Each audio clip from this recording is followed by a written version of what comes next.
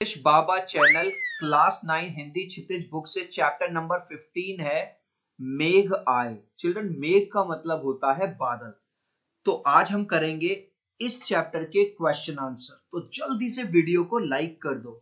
I hope children आपने video को like कर दिया है और अभी तक चैनल को सब्सक्राइब नहीं किया तो सब्सक्राइब कर दो सो दैट आपको हमारे सारे अपडेट्स मिल जाए। क्वेश्चन नंबर 1 देखिए, बादलों के आने पर प्रकृति में जिन गतिशील क्रियाओं को कवि ने चित्रित किया है उन्हें लिखिए। तो चिल्ड्रन, अगर आपने ये चैप्टर पढ़ा है, इस चैप्टर में कवि ने क्या कहा है कि बादल का आना बिल्कुल ऐसा है जैसा गांव में कोई दामाद आता है। दामाद समझ रहे हो? तो जैसे जब गांव में कोई दामाद आता है तो सब लोग खुश हो जाते हैं, उसको देखने के लिए लाइन लग जाती है। तो सबसे पहला पॉइंट आप क्या लिखोगे कि जो स्त्रियां हैं वो नाचने लगती हैं उनके स्वागत में। तो जो हवाएं हैं वो तेज चल रही हैं मेघ के आने पे, जिसकी वजह से यह देख रहे हो पेड़ झूम रहे हैं यानी कि नाच रहे हैं। तो पहला पॉइंट आप क्या लिख सकते हो? पहला पॉइंट आप लिख दोगे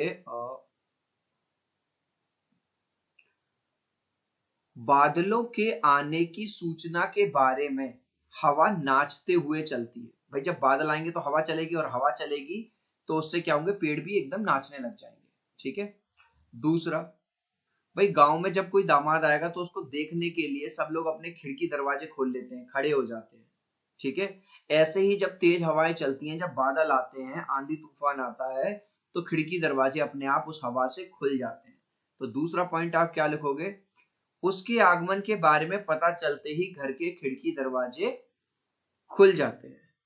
तीसरा, चिल्ड्रन आपने देखा होगा गांव में एक और चीज होती है, जब भी कोई बारात वगैरह दामाद वगैरह आएंगे तो लोग अपनी खिड़कियों से झांकना शुरू हो जाते हैं। जैसे कि यहाँ पे देखो इस इमेज में, ये एक ऊंचा सा पेड़ क्या करने की कोशिश कर रहा है, झांकने की। ऐसा कवि ये कह रहे हैं झांक के देखने की कोशिश कर रहा है। तो तीसरा पॉइंट आप क्या लिख दोगे? मेहमानों को पेड़ों द्वारा गर्दन ऊंची करके देखना। तो यानी आपने लेडीज लेडीज देखा है, लेडीज क्या करती हैं, गर्दन ऊंची करके देखने लगती हैं। तो वो यहाँ पे पेड़ों को कहा गया। और जब आंधी तूफान आएगा, जब मेघ आएगा तो आंधी तूफान तो आएगा ही, धूल का उड़ना और आंधी का आना। देखो यहाँ पे भाई जब मेघ आएगा तो उससे पहले थोड़ा आंधी आती है, धूल चलती है ना। और लास्ट पॉइंट एक और लिख दोगे, जब आपने देखा कोई बारात आती है तो घर के जो बड़े बूढ़े आते हैं वो स्वागत के लिए खड़े हो जाते हैं, वेलकम के लिए। तो ऐसे ही ये कहा है कि जो पीपल का पेड़ है, क्योंकि वो बड़ा है, बूढ़ा है, वो भी ऐसा लग रहा है मानो स्वागत के लिए आके खड़ा हो गया है। बुजुर्ग सदस्य पीपल का आगे बढ़कर मेहमान का स्वागत करना। तो इस तरह से आप 5 पॉइंट अपने वर्ड्स में लिख सकते हो। नेक्स्ट, अब इसमें बस ये पूछा है कि निम्नलिखित किसके प्रतीक है। जो धूल है वो स्त्री का प्रतीक है, पेड़ किसका प्रतीक है, नगरवासी का, नदी किसका प्रतीक है, स्त्री का, लता मेघ यानी बादलों का, और ताल घर के सदस्य का प्रतीक है। लता ने बादल रूपी मेहमान को किस तरह देखा और क्यों? चिल्ड्रन, आप देखा होगा जो स्त्रियां होती हैं, प्रेमिका होती हैं, जब उनका प्रेमी आता है तो वो बहुत खुश हो जाती हैं और चुपके से दरवाजा खोल के चोरी छिपे उनको देखने की कोशिश करती हैं। जैसे कि यहाँ पे ये लेडी, आपको ये दीदी दिखाई दे रही है कि जो बारात आई है या दामाद जी आए हैं उनको देखने के लिए। तो आंसर आप कैसे लिखोगे? लता ने बादल रूपी मेहमान को दरवाजे की आड़ से देखा। कैसे देखा? दरवाजे की आड़ से, क्योंकि वह बादल को देखने के लिए बहुत ही व्याकुल हो रही थी। नेक्स्ट, अब है भाव स्पष्ट करना है। क्षमा करो गांठ खुल गई अब भरम की। तो यहाँ पे कवि जो है ये कह रहे हैं कि मान के चलो कोई प्रेमिका है, वो अपने प्रेमी का इंतजार कर रही है और उसको ये लग रहा था कि उसका प्रेमी नहीं आएगा पहले तो, है ना। तो वो बड़ी गुस्सा थी इस बात से, लेकिन जब उसका प्रेमी आ जाता है तो वो माफी मांगती है कि मुझे तो ऐसा लगा था तुम आओगे नहीं और तुम आ गए। तो यहाँ पे क्या कहना चाह रहा है कि गांव वालों को ऐसा लग रहा था कि जो मेघ है वो बादल आएंगे ही नहीं, बारिश लेके ही नहीं आएंगे, लेकिन फाइनली वो बादल आ जाते हैं। तो आंसर कैसे लिखोगे? नायिका, नायिका मतलब हीरोइन को यह भ्रम था कि उसके प्रिय, प्रिय मतलब उसके प्रेमी अर्थात मेघ नहीं आएंगे, परंतु बादल रूपी नायक के आने से उसकी सारी शंकाएं, उसके मन में जितना भी डाउट था वो सब मिट जाती हैं, क्योंकि उसका प्रेमी यानी कि बादल आ जाता है और वो क्षमा मांगने लग जाती है कि मैंने आप पे शक किया कि आप नहीं आओगे। गाइज, अभी तक इस वीडियो को एक लाइक नहीं किया है तो प्लीज यार एक लाइक कर देना। आपके एक लाइक से, एक सब्सक्राइब से बहुत मोटिवेशन मिलता है। मैं 3 तक काउंट करूंगा चिल्ड्रन, प्लीज वीडियो को लाइक कर दो। 1 2 3। आई होप चिल्ड्रन आपने वीडियो को लाइक कर दिया है, चैनल को सब्सक्राइब कर दिया। Thank you guys. Next question, बाकी चितवन उठा नदी चुटकी घूंघट सर के। तो गाइस अगर आप हरियाणा या किसी गांव वगैरह में भी गए हो तो आपने देखा होगा लेडीज ना घूंघट करके रखती हैं बाहर के लोगों से, है ना। लेकिन लेडीज ये भी चाहती हैं कि वो उनको देखे भी, तो हल्का सा घूंघट करके ऊपर गर्दन उठाने की जब वो कोशिश करती हैं तो उनका जो घूंघट है वो सरक जाता है, ऊपर की तरफ आ जाता है। तो आंसर कैसे लिखोगे, बादल के आने की प्रभाव सभी व्यक्तियों पर पड़ता है। ठीक है, जब बादल आते हैं या गांव में जब मेहमान आते हैं, नदी ऊपर देखने की कोशिश करती है, नदी कौन है, वो स्त्री, तो उसका घूंघट थोड़ा सा सरक जाता है।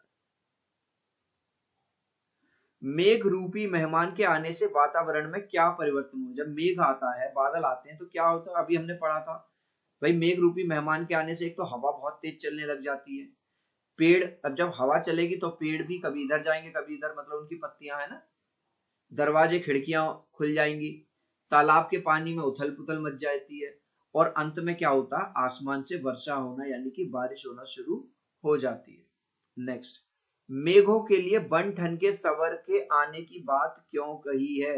मेघ क्या है, मेहमान है भाई। अब सुनो, तुम अपने किसी रिश्तेदार के घर जा रहे हो तो तुम अच्छे कपड़े पहनोगे, सुंदर सुंदर, या गंदे से कपड़े पहन के चले जाओगे।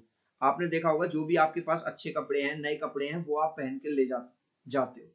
तो कवि ने मेघों में सजीवता लाने के लिए बन ठन की बात, बन ठन मतलब सज धज के कही है। जब हम किसी के घर बहुत दिनों बाद जाते हैं तो हम बन ठन के जाते हैं, मतलब सज सवर के जाते हैं। कविताओं में आए हुए मानवीकरण तथा रूपक अलंकार के उदाहरण खोज के लिखने हैं। तो मानवीकरण के अलंकार के उदाहरण तो ये हैं, नाचती गाती ब्यार चली और पेड़ झुके झुक झांकने लगे। और रूपक अलंकार के उदाहरण हैं, क्षितिज अटारी गहराई और दामिनी धमकी। कविता में जिन रीति रिवाजों का मार्मिक चित्रण हुआ है, भाई गांव में ये होता है, देखो शहरों में तो अलग बात है, इसके यहाँ कोई मेहमान आया तो बस इसी से मतलब है, ना इस पड़ोसी से मतलब, ना इससे मतलब। लेकिन गांव में आज भी ऐसा होता है, अगर एक घर में बारात आई है तो पूरा गांव उत्सव मनाता है, पूरा गांव खुश हो जाता है। गांव में अतिथि चाहे किसी के भी घर में पधारे, मतलब मेहमान किसी के घर में भी आओ, गांव के सभी लोग उसके मेहमान के स्वागत में जुट जाते हैं। गांव की स्त्रियां उनके सम्मान में मेहमान से पर्दा करने लग जाती हैं। आपने देखा था, अभी मैंने एक आपको इमेज दिखाई कि लेडीज क्या करती हैं, पर्दा करती हैं। इस प्रकार कविता में कुछ ग्रामीण रीति रिवाजों का चित्रण किया गया है। कविता में कवि ने आकाश में बादल और गांव में मेहमान, मेहमान मतलब दामाद के आने का जो रोचक वर्णन किया है उसे लिखिए। कवि में मेघ और दामाद के आगमन को समान बताया, जब बादल आते हैं और जब दामाद आते हैं दोनों को एक ही चीज बताई गई है। जब गांव में मेघ आते हैं तो सारे लोग खुशियां मनाते हैं, अपने खिड़की दरवाजे मेघों के दर्शन के लिए खोल देते हैं। अब जैसे बादल आए बहुत दिनों बाद, मतलब बारिश आई तो सब लोग खुश हो गए, ऐसे ही जब दामाद जी अपने ससुराल आए बहुत दिनों बाद तो सभी लोग खुश हो गए और सभी लोगों ने अपने खिड़की दरवाजे खोल दिए उनके स्वागत के लिए और उनको देखने के लिए। ठीक उसी प्रकार गांव में दामाद के आने पर भी सारे लोग खुशियां मनाते हैं। नेक्स्ट, काव्य सौंदर्य लिखना है किसका, पाहन ज्यों आए हो गांव के शहर के, इसका। तो इसका उत्तर में बस क्या लिख दोगे, इन पंक्तियों में शहर में रहने वाले दामाद का गांव में सज संवर कर आने का सुंदर चित्रण किया गया है। अलंकार कौन सा है, मानवीकरण, और भाषा कौन सी है, साहित्यिक खड़ी बोली का प्रयोग किया गया है। इस लास्ट क्वेश्चन का आंसर आप मुझे दोगे कमेंट सेक्शन में, देखूंगा कितने बच्चे राइट आंसर देंगे। मेघ की तुलना किससे की गई है, भाई से, दामाद से, बहन से, या किसी से भी नहीं। आप चाहो तो अपने आंसर में ए बी सी या डी लिख देना, या इंग्लिश में लिख देना जैसे मैंने लिखा है, भाई दामाद या बहन। देखूंगा कितने बच्चे राइट आंसर देंगे कमेंट में। सो आई होप मेरा ये छोटा सा वीडियो आपको बहुत अच्छा लगा होगा। प्लीज वीडियो को लाइक कर देना, चैनल को सब्सक्राइब कर देना। अब हम मिलते हैं अगले वीडियो में, बाय बाय।